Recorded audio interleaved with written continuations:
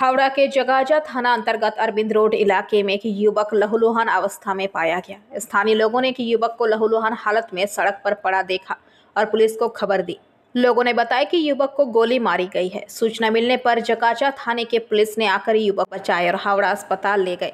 साथ ही पुलिस के आला अधिकारी मौके पर आए। पुलिस सूत्र के मुताबिक युवक का नाम राज है और वो हावड़ा के आमता इलाके का रहने वाला है। वह गंभीर रूप से घायल है, लेकिन उसके शरीर पर कोई गोली के निशान नहीं है। बहरहाल पुलिस ने पूरे मामले की जांच शुरू कर दी। युवक के घायल होने के कारणों की जांच की जा रही है। पुलिस इलाके की सीसीटीवी फुटेज की जांच कर रही है।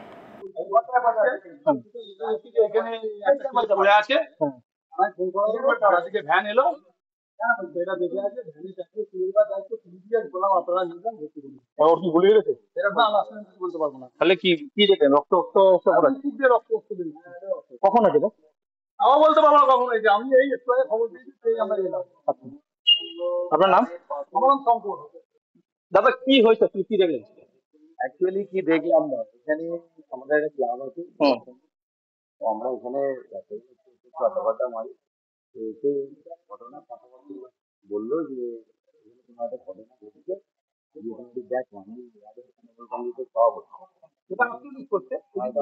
চলে এখান থেকে আমরা 49, সেই জন্য থানায় ফোন করলাম। ফোন করেছিল সমস্যাটা শেষ করে দিয়েছে এবং এখন আমি বুঝতে পারছি।